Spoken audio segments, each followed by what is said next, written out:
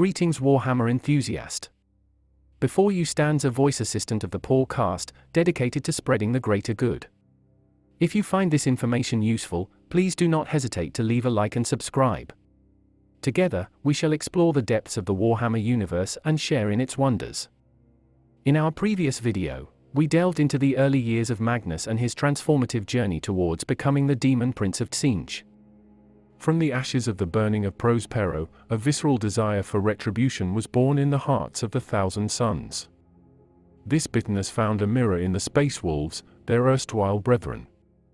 It was a rivalry that transcended the pettiness of squabbles. It was a hatred born of betrayal, of an irreparable schism that turned brother against brother. As the ages passed, this mutual animosity remained a constant undercurrent in the cosmos' great symphony of chaos, biding its time until it could reach a crescendo. Harek Ironhelm, the great wolf of the Space Wolves during that tumultuous period, was a figure possessed. An obsession had taken root in him, an obsession as relentless as the icy gales of Fenris, his home world. He was consumed by a singular desire, the extermination of Magnus the Red and his 1,000 sons. Yet, like a mariner lured by the siren's song, his fixation became his greatest folly. Magnus, the Crimson King, ever the puppet master, manipulated this obsession to his advantage. As if toying with a prey, the 1,000 sons, under his guidance, laid waste to several worlds neighboring Fenris. Each time, they would retreat just as the Space Wolves' reinforcements thundered in. Magnus delighted in this game of cat and mouse, often appearing to Ironhelm in visions amid the ruins of the devastated cities, taunting him, luring him further into the trap. Fueled by fury and the illusion of being tantalizingly close to his quarry, Ironhelm ordered a grand hunt. His target was Gangava, a world where the 1,000 Sons seemed to be amassing strength. Mobilizing almost the entirety of his force, the rout, he prepared to swoop down on Gangava, fully intent on eradicating the 1,000 Sons once and for all. In his haste, he left behind a single great company and the defenses of the Fang to guard Fenris. But Ironhelm had been masterfully deceived. Magnus, capitalizing on the Great Wolf's obsession, had led him astray. The 1,000 Sons' presence on Gangava was nothing but a distraction. Their true goal was Fenris itself, the heart of the Space Wolves, the Fang. Revenge for the burning of Prospero was but a pretext, a believable ruse that even his legion fell for. Magnus's real motivation, however, was far more strategic and insidious. He sought to stymie the Space Wolves' attempts to create successor chapters. At that time, Wolf Priest Tharaldir was on the brink of a breakthrough. He was on the cusp of understanding the enigma of the Canis Helix and reproducing the Space Wolves' gene seed without its inherent flaws. Dreams of replicating the successes of the Ultramarines and the Imperial Fists danced in his mind. Dreams of spawning successor chapters, the Sons of Russ, in numbers enough to encircle the Eye of Terror. Magnus knew of this ambition.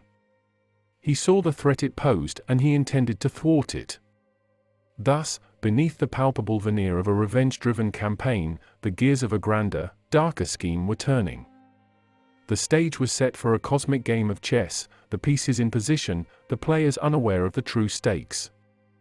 All awaited the next move, a move that could potentially alter the trajectory of the conflict, and perhaps even the course of the cosmos itself. Utilizing their warp-based sorcery, the 1,000 Sons launched a surprise assault on Fenris, catching the planet's defenders off guard. They swiftly decimated Fenris' orbital defenses, while their Primarch, Magnus the Red, eliminated the astropathic choir. In response, Jarl Ver Greylock attempted to summon the Space Wolves' main force from Gangava, but the 1,000 Sons' blockade proved difficult to break. Although the scout ship Noro managed to escape into the warp, the rest of the defenders believed they were completely isolated. The 1,000 Sons initiated an orbital blockade and started landing ground forces, made up mostly of mortal soldiers. Simultaneously, they began an intense plasma bombardment of the Fang, disabling its surface-to-orbit defenses and restricting aircraft movements, easing their troops' landing. After an arduous 4-day advance, the 1,000 Sons had the Fang under siege. The initial ground assault was met with stiff resistance, but the Space Wolves were eventually forced to retreat within the fortress, due to the artillery barrage and the steady advance of the Rubric Marines. Inside the fortress, the remaining defenders divided into two groups to guard the key choke points. However, the Thousand Sons overcame the fortress's protective wards and launched a full-scale assault. This forced the Space Wolves into a grueling battle that would shape the destiny of both legions. Magnus, his countenance aflame with determination and power, commanded Armuz Temek to break orbit and lead the fleet away from Fenris. This was not a retreat, it was a deliberate move, freeing him from the worry about the fleet's safety. It cleared the path for him to execute his plan, the very reason that had led him to invade Fenris. His target, the Apothecarian of Araldir, along with all its research and prototypes. The Crimson King forced his way through the Fangthane, leaving a trail of destruction in his wake. His overwhelming presence and power left Raldir with no choice but to order a retreat of his warriors to the Annulus, the central command and control center of the Fang. A commander of the Kaels, the human warriors of the Space Wolves, Mork Carrickborn, made a bold offer. He volunteered his men to hold off the advancing Thousand Sons, to buy time for the retreat. The Dreadnoughts too, being the ancient and honorable warriors they were, couldn't be persuaded from engaging Magnus in close combat. And so, while Raldir, 12 Astartes, and a few hundred Kaels pulled back, the Dreadnoughts and the remaining Kaels bravely engaged Magnus and his sons. However, the odds were against them. They fought valiantly but were eventually overcome and slain. Meanwhile, at Borek's Seal, the presence of Magnus hadn't gone unnoticed. Odain Sturmjart had felt the manifestation of the Demon Primarch, his sickening aura permeating the levels above. Determined to confront Magnus, Greylock passed on the command of the Seal to Hrothgar of the Revered Fallen. Alongside Sturmjart, Bjorn the Fell-Handed, and his two remaining Wolf Guard, Greylock initiated a desperate race through the Fang, seeking Magnus the Red. At the Annulus, Raldir orchestrated the defense, only to promptly hand over the command to the Bloodclaw Ogrim Rhaegar Vrafsen. The reason, he had realized the immediate danger to his gene seed work. Upon reaching his laboratories, Raldir was greeted with a scene of devastation. Everything related to his project of creating viable Space Wolf successor gene seed was destroyed. In the ruins of his life's work, Raldir discovered the source of his despair, Magnus himself. With a cry of rage and desperation, Raldir launched himself at the Demon Primarch in a doomed melee. His death marked the loss of the knowledge to reproduce the Space Wolves, delivering a crippling blow to the Imperium. Magnus' primary objective of the campaign was achieved. However, his victory was short-lived. Before he could rejoin his forces, still engaged at the Borek Seal and the Annulus, he was confronted by Greylock, Sturmjart, Bjorn, and the two Wolf Guard. These 5 Astartes, epitomes of the courage and resilience of the Space Wolves, stood in defiance of the Crimson King, their eyes ablaze with determination, their weapons ready. The battle was far from over, it was only the beginning of another grim chapter. The fight between the 5 Space Wolves and Magnus the Red was nothing short of epic. The ruined laboratory of Haladir now stood witness to a battle of biblical proportions, one that eventually moved to an aircraft hangar near the peak of the Fang. It was 5 against 1, but that one was a Demon Primarch, a godlike entity among mortals.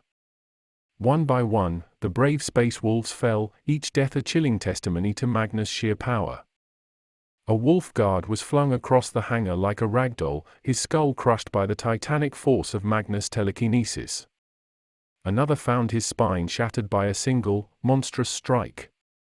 Odain Sturmjart, who had been bolstering his allies with his psychic abilities, met an equally gruesome end, his body erupting in a shower of gore under the relentless onslaught of Magnus' witchfire.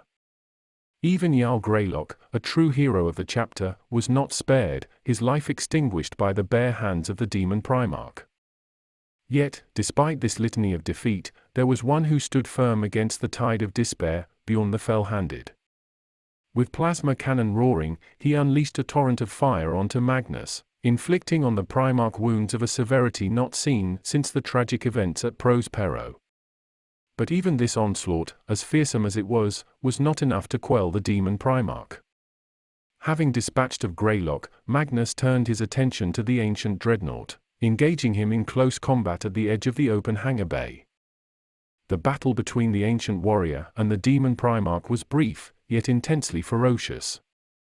Both exchanged blows, Bjorn matching Magnus strike for strike, his fire and blade carving wounds into the demon's corporeal form.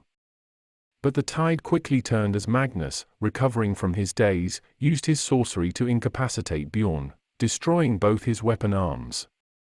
As he prepared to cast the venerable space wolf into the abyss, a sudden strike from above disrupted his concentration.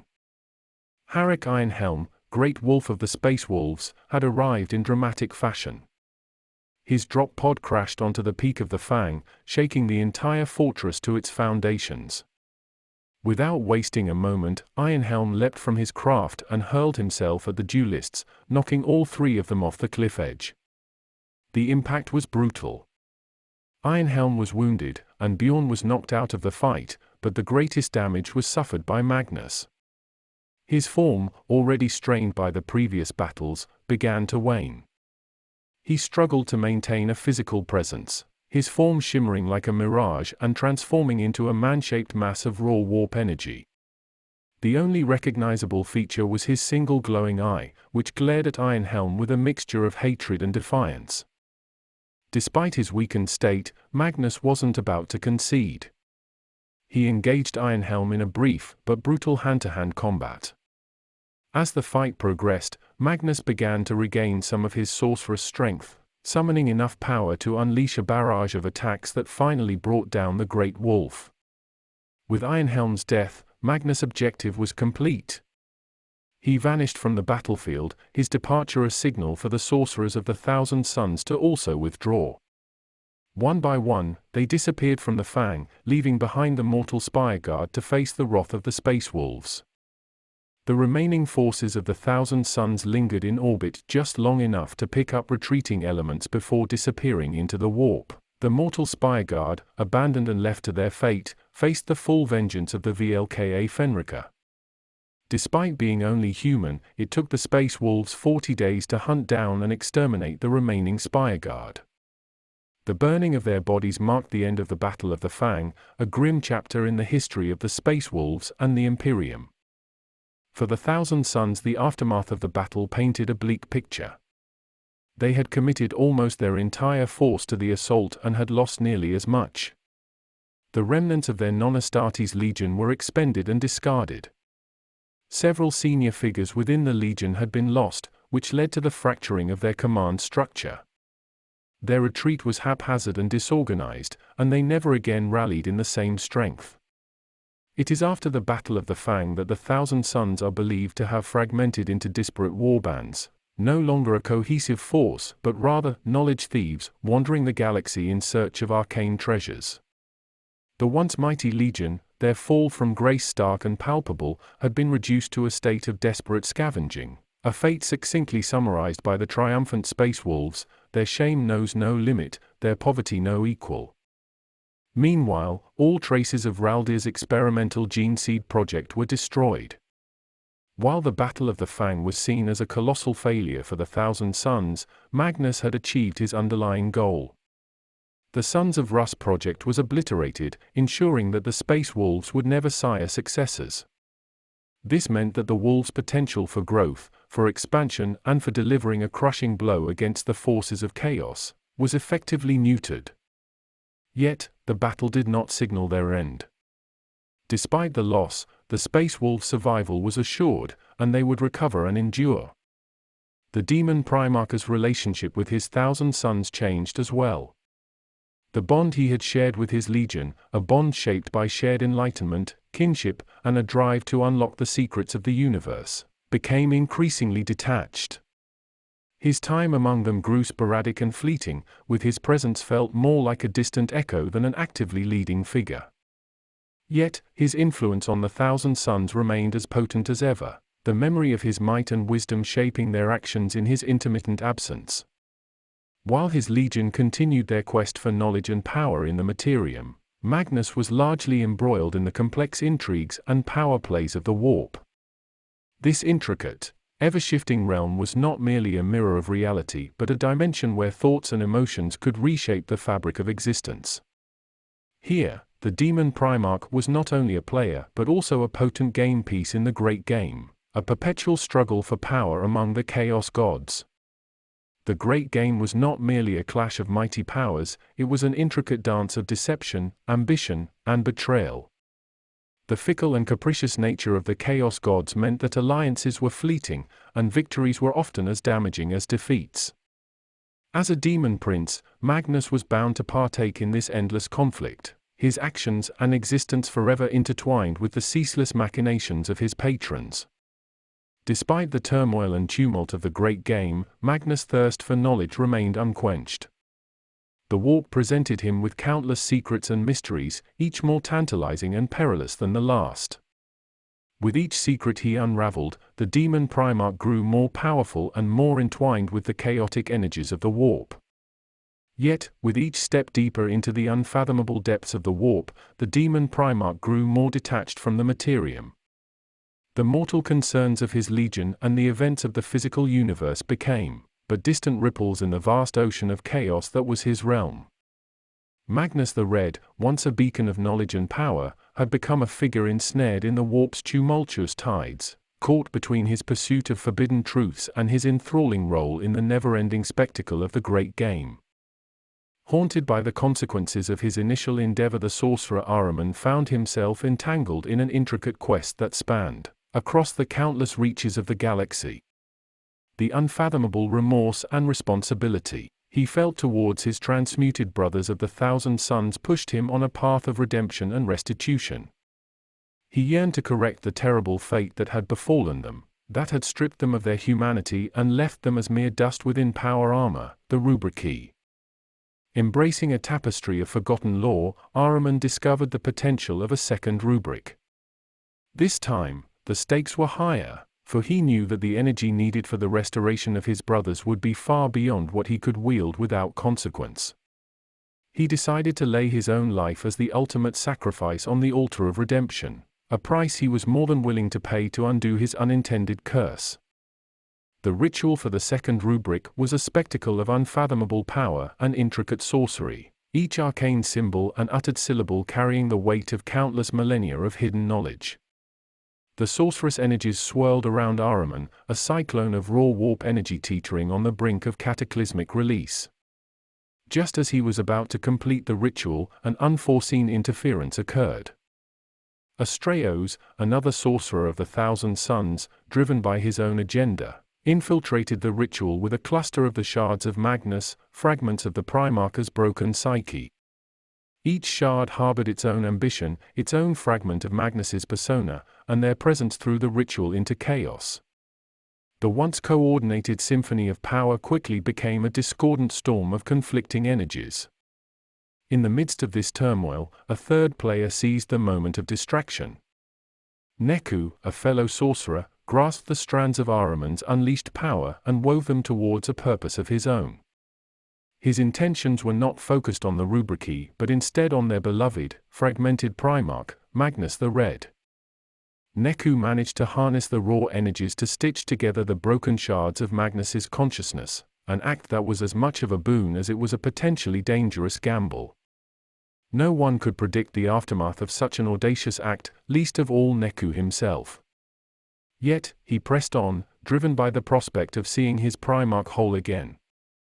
Amidst the tumultuous events, the ritual of the second Rubric was derailed, the great tide of power dissipating into the ether as quickly as it had been conjured. It was a stunning blow for Ahriman, who had held such high hopes of reversing the tragic fate of his brothers. However, amidst the apparent failure, a glimmer of unexpected success emerged. Aelio Isidorus, a single Rubric amidst the countless, found himself unexpectedly reborn. He was a beacon of life amongst the lifeless, a solitary figure standing amidst the storm of failure. His return to life was as baffling as it was miraculous, bringing a new flicker of hope amidst the despair. Ahriman's quest had not entirely been in vain, and the spark of this single success promised a possibility, a chance that perhaps, one day, the curse of the Rubric might indeed be lifted. On the frigid world of Fenris, the stage was set for a conflict that would echo through the halls of eternity. This conflict had been brewing for a long while, unbeknownst to the proud warriors of Fenris. Magnus was a master manipulator and sorcerer, and his devious plots spanned the breadth of time and space. With malevolent foresight, he had carefully laid the groundwork for this moment over many centuries, orchestrating a grand, treacherous symphony of chaos and deceit. In the shadows, the changeling played its part in this unfolding drama. A servant of Tzeentch, this creature was as fickle and mutable as the god it served. The changeling, under Magnus's direction, impersonated the space wolves and manipulated the imperial forces into mounting an assault on Fenris. It was a masterstroke of deceit and confusion, a gambit that set the stage for the impending return of the Sorcerer Primarch. Then, the moment arrived. Amidst a storm of raw psychic energy, Magnus returned to the materium. His towering form loomed over the snow-covered plains of Fenris, the landscape bathed in the eerie glow of his immense power. The gaze of his single eye cut through the icy tempest like a searing lance, painting the bleak, frozen landscape with foreboding shadows. The horrors of the Thousand Suns' attack on Midgardia and Fenris unfurled like a nightmarish tapestry, with the insidious hand of Magnus the Red, the Daemon Primarch, orchestrating the chaos from behind the scenes. Each event served as a chilling reminder of the burning of Prospero, a devastating event that had taken place millennia prior. Midgardia, the jewel in Fenris' crown, was consumed in a deadly ambush led by Magnus himself. His forces decimated the defenders, with Logan Grimnar, the High King of the Space Wolves, and his wolf guard barely escaping their clutches. In the face of a terrible plague released by Mortarion, Magnus' ally, Grimnar was forced to enact a dreadful judgment, the Exterminatus, annihilating all life on Midgardia. Simultaneously, the Thousand Suns launched a brutal assault on Fenris, their silver towers falling upon the planet like a storm of steel. The embattled Space Wolves, alongside their ultramarine, Iron Hands, and Shadow Haunter allies, made a gallant stand, managing to destroy one of the silver towers, but they couldn't halt the invasion. Day by day, the Thousand Suns performed arcane rituals, sacrificing captive space wolves and twisting the once majestic Fenris into a living nightmare, culminating in the summoning of Magnus the Red himself. With Magnus at the helm, the Thousand Suns battered the remaining nexus of power on Fenris, the Fang. The Fang's defenders, led by Bran Redmore, fiercely resisted the demonic invaders, backed by the Space Wolves' mighty unawakened dreadnoughts. As the traitors advanced upon the Fang, they were met with fierce resistance from Grimnar's forces, which had regrouped in the Wolf's Gullet. Grimnar, still aflame with vengeance for Midgardia, launched an orbital strike into the traitors' rear lines. However, the enemy sorcerers retaliated by creating impenetrable barriers of molten lava around the Space Wolves. Unfazed, Grimnar had his gunship freeze the lakes of lava, providing a desperate escape route. Despite their trials, Grimnar's forces faced yet another enemy, Ahriman and his Scarab occult. The champions of Fenris, joined by the Dark Angels and Grey Knights, fought valiantly against the Undying Legions. Their combined strength held the line, even when Magnus appeared on the plains of Asaheim, tearing through their defenses and destroying 5 Dread Knights. In the final confrontation, Aegil Iron Wolf charged at Magnus with the Spear of Russ, only to be vaporized. Grimnar, in a remarkable feat, caught the spear and plunged the axe of Morkai into Magnus, wounding the Demon Primarch. This act gave the Grey Knights purifiers enough time to conduct a banishing ritual, sending Magnus and his followers back into the warp. In the aftermath of the war, Fenris was left a ravaged shadow of its former self, with few Imperial defenders remaining. Human survivors were purged by the Ordo Hereticus and Grey Knights, the cost of having witnessed a Demon Primarch. Despite the devastation, Grimnar and the remaining Space Wolves sought revenge at the Cadian Gate amidst Abaddon's 13th Black Crusade. Meanwhile, on Terra, the High Lords were shaken by the news of the Demon Primarch's resurgence and took desperate measures. While the defenders of Fenris believed they were fighting for survival, the true stakes were far greater. As the blood of the fallen seeped into the soil of Midgardia, the energies it unleashed were channeled by Magnus. Each death, each tragic end, served to feed the grand ritual, to empower the sorcery that would bring about a momentous transformation. The planet of the sorcerers, Sortiarius, the lair of Magnus and his 1,000 sons, was the object of this formidable spell. With the potent energy of Midgardia's sacrifice, Magnus willed the planet itself to shift, to tear away from its original coordinates in the vastness of space, and to appear above the ruins of Prospero. This tremendous relocation was not merely a show of power, it was a strategic move that carried far-reaching implications. Yet, the transportation of Sortiarius was only one part of the horror. The very process tore at the boundaries between reality and the warp, creating a catastrophic rift. This was no ordinary warp breach, it was a direct, gaping passage into the warp itself, inviting countless demonic entities into reality. In essence, Magnus' machinations had not only brought about the annihilation of Midgardia and devastation to Fenris, but had also paved the way for a massive incursion of chaos forces into the Imperium. His triumphant roar, resounding through the warp, was the herald of a new era of terror, one where the Imperium would have to contend with the rising tide of chaos breaking through the rift above Prospero. Magnus the Red became a major adversary during the Ultramar campaign.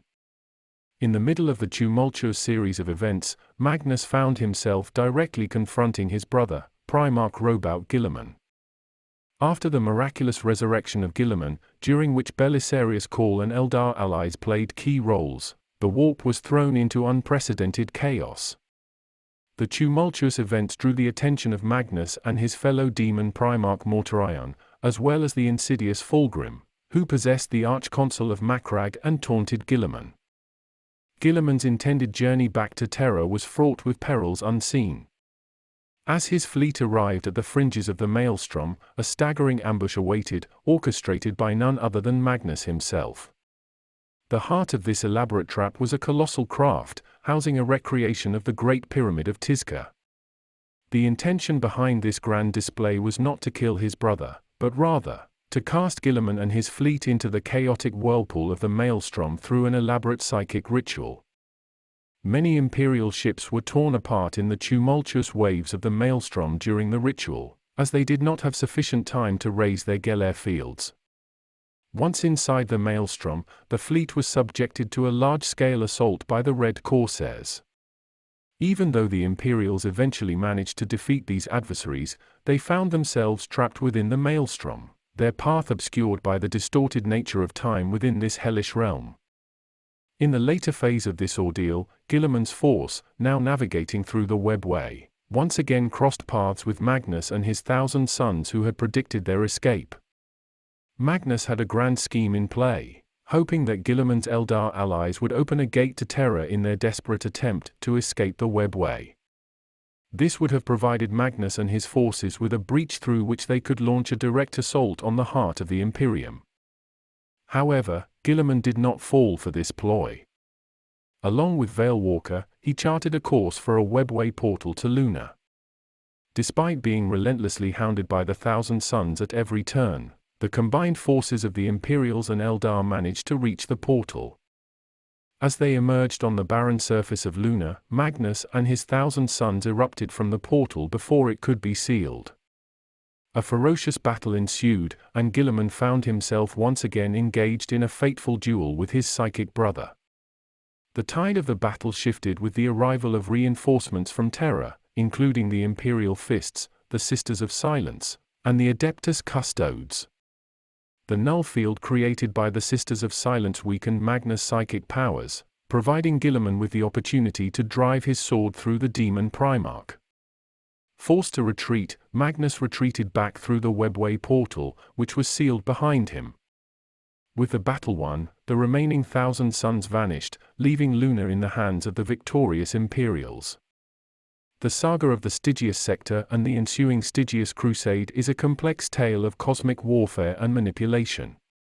Initiated by the ambitious chaos god Tzeentch, the conflict saw not only the deployment of the Imperial forces, but also the involvement of the Eldar from Craftworld Ulthwi. Tzeentch, envious of its brother Nurgle's dominion over the Scourge Stars, sought to exert control over the Stygius sector of the Imperium. This sector, plagued by warp storms resulting from the Great Rift, was a prime target due to the absence of the Astronomicon's guiding light. Tzeentch commenced its operations through a series of insurrections by chaos cults in various isolated worlds within the sector. Adding to the tumult, the Changeling, a demon of Tzeentch, traveled from planet to planet, seeding havoc and chaos. The real invasion began when the region was already in turmoil, with Tzeentch unleashing its Daemons and Chaos Space Marines upon the Stygius sector. The demonic Primarch Magnus and his 1,000 sons, together with the Lord of Change Mkashan and his great change host, played critical roles in this invasion. Despite the valiant efforts of Mordian's defenders, the invasion rapidly seized 3 systems in the Stygius sector. On the brink of defeat, a sudden glimmer of hope shone for the defenders as the light of the Astronomicon miraculously penetrated the warp storm-infested sector. In response, the beleaguered defenders sent out a plea for aid. In response to the desperate call for aid, the Stygius Crusade was swiftly assembled and dispatched to repel the invading Chaos forces. However, upon their arrival, they found 7 subsectors had already fallen under the control of Tzeentch. In the face of overwhelming odds, the Crusade endeavored to stem the tide of chaos and reclaim the lost worlds. However, the situation took a turn for the worse when, due to the Great Rift and local warp storms, the worlds of the Stygius sector began to mutate into nightmarish realms. This anomaly led to the loss of several Crusade fleets, seized by the warp and displaced into either the past or the future. The warp also claimed the Imperium world Dekida and its recently deployed 44th Necromundan Regiment. These disastrous events marked the beginning of the downfall of the Stygius Crusade. Yet, as the Stygius Crusade seemed on the brink of utter defeat, a large strike force from the Eldar Craftworld Ulthwi arrived unexpectedly in the sector. However, their intentions were not to aid the beleaguered Imperium forces. The Seer Council of the Craftworld, after interpreting their visions, advised the Crusade's commanders that the Stygius sector was lost and that remaining would only result in their total destruction. With mistrust and regret, the commanders chose to retreat, evacuating as many of their forces as possible while the Eldar acted as their rearguard. The Eldar and the remnants of the Stygius Crusade were ultimately forced to retreat, marking the Stygius sector as the first domain Tzeentch successfully claimed for itself. Yet, the Iron Hands, one of the Imperium's most stubborn chapters, refused to concede defeat and chose to make a stand on Mordian, embarking on what would come to be known as the Iron Crusade. The Iron Hands' determined resistance on Mordian was bolstered by the arrival of their allies, including the Brazen Claws, Fire Lords, Silver Skulls, Sons of Medusa, and Iron Lords. Their stalwart defiance held off the Chaos forces, culminating in a decisive space battle where they devastated a fleet led by the Night Lord's Arak Death Shriek. The successful counterattack on Mordian spurred a larger counteroffensive, with reinforcements arriving from Cipra Mundi. Ignorant of the Eldar's prophecies of doom, the Iron Council declared a second phase of the campaign. Their new plan involved retaking the surviving worlds of the Mordian system, and recapturing the refineries and shipyards of Carvos from Chaos control. The conflict thus continues, a brutal war of attrition between the resolute forces of the Imperium and the insidious manipulations of Tzeentch, with the shadow of Magnus and his 1,000 sons looming over the embattled sector. The Prosperan Rift War ignited as the ambitious demon Primarch Magnus set his sights on the crucial territories of the Prosperan Rift. His objective was audacious, aiming to establish his own empire within the very heart of imperial space, an act of defiance and domination that would further tip the balance of power in the ongoing struggle between the Imperium and the forces of chaos. The 1,000 Sons, Magnus's own legion, led the vanguard of this devastating invasion. As infamous sorcerers and masters of arcane warfare, the 1,000 Sons presented a terrifying threat to the worlds of the Prosperan Rift. Yet, they were not alone. Numerous other Chaos forces, loyal to both Magnus and Tzeentch, the Chaos god of change, sought to capitalize on the chaos and uncertainty of war, providing further momentum to the invasion. The Imperium was quickly plunged into a desperate struggle to defend the Prosperan Rift. The strategic importance of the Rift, alongside its symbolic value, made it a key battleground in the ongoing war against the forces of chaos. As the war progressed, Imperial forces found themselves locked in a grim battle against a tide of chaos that threatened to engulf the entire sector. The Battle of Prospero served as a flashpoint of conflict between the Space Wolves and the Thousand Suns. The battle was ignited when Logan Grimnar, the Great Wolf of the Space Wolves, dispatched a force under the guidance of Injal Stormcaller, a revered rune priest, and Arjak Rockfist, a formidable warrior. Their destination was the ruins of Prospero, a world once vibrant but now ravaged, which had since become a hub of warp activity, thanks to its proximity to the planet of the Sorcerers, the demonic home base of the Thousand Suns. Injal Stormcaller, in his search for the missing Primarch Layman Russ, had sensed something of critical importance unfolding on Prospero. What they encountered on this forsaken world were not only hostile cultists of the Thousand Suns but an astonishing discovery. Remnants of the Space Wolves' 13th Great Company, under the leadership of Bolvi, were trapped within a network of portals on the planet. Their mission escalated rapidly as Magnus the Red, the demon Primarch of the Thousand Suns, made his appearance on Prospero.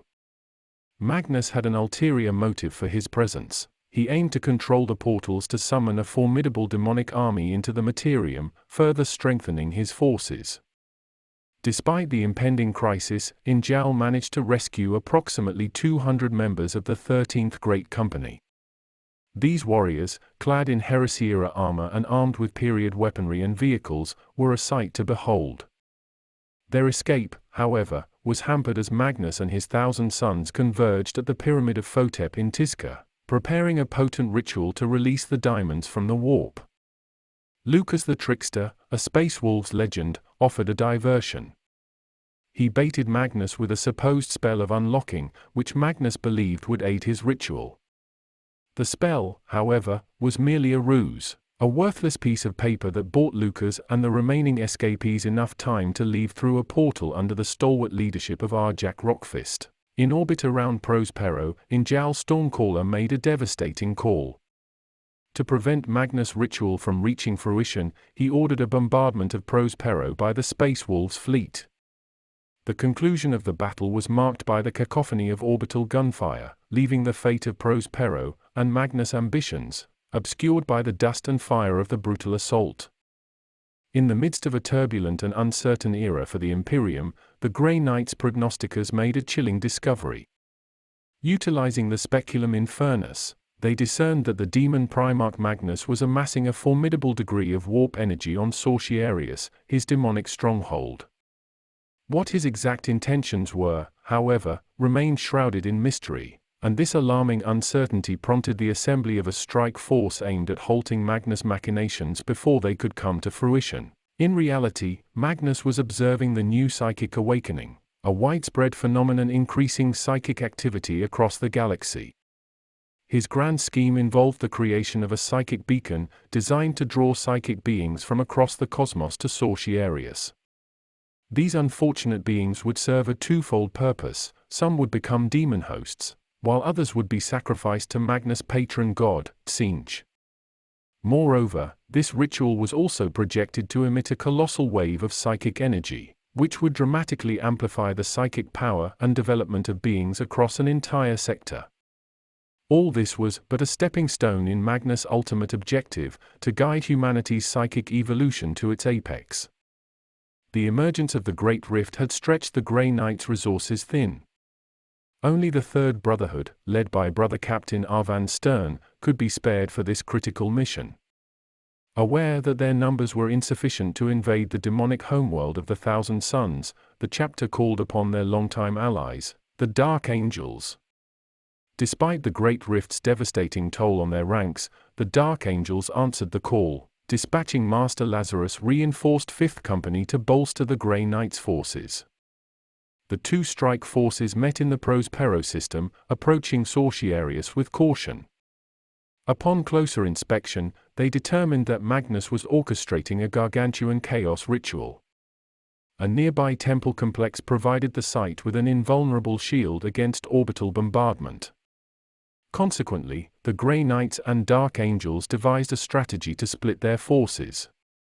The Grey Knights would assault the ritual site directly, while the Dark Angels would launch a simultaneous attack on the temple, hoping to disrupt its power and distract a substantial portion of the Thousand Suns' forces.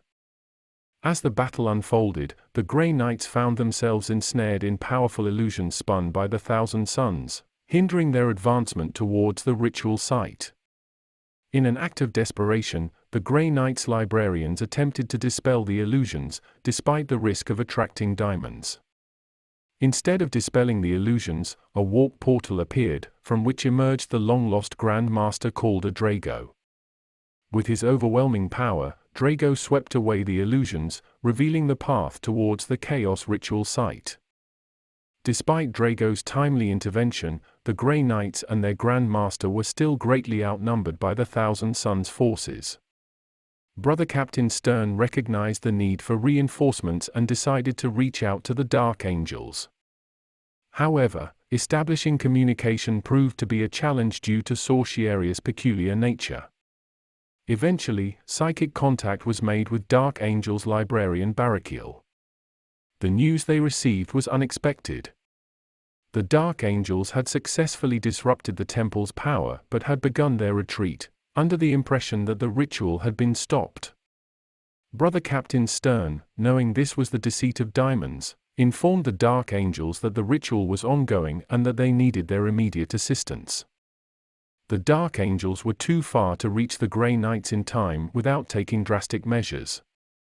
The Strike Force's librarians decided to open a temporary tunnel through the warp, fully aware that the act would cost them their lives. They succeeded in their mission, but their sacrifice was not in vain. The reinforced Grey Knights and Dark Angels battled their way towards the ritual site, yet they were still outnumbered. In the heat of the battle, Stern made a drastic decision. He ordered his forces to form a psychic beacon, allowing the Grey Knight's strike cruiser, the Purging Sword, to target their location. The ensuing bombardment resulted in numerous casualties among the Grey Knights and Dark Angels but successfully destroyed the ritual site, ending Magnus' plot. Survivors from both strike forces quickly began evacuation efforts under heavy fire from the vengeful Thousand Suns. Stern, Drago, Lazarus, and the remaining strike forces managed to escape the Prospero system, but many of their brothers were left behind. The fate that awaited these space marines, now captives of the Thousand Suns on Sortiarius, filled the survivors with dread. In response to this grim situation, the Grey Knights dispatched the Castellan champion Garan Crow on a rescue mission to save their lost brothers.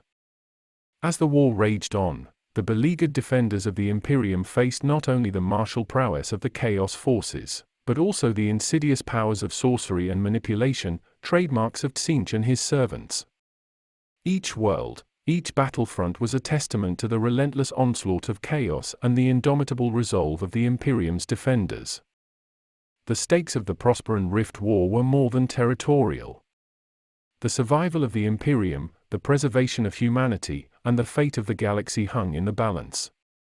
Each battle, each victory or loss, would bring either the Demon Primarch closer to his goal of domination or the Imperium one step closer to pushing back the tidal wave of chaos.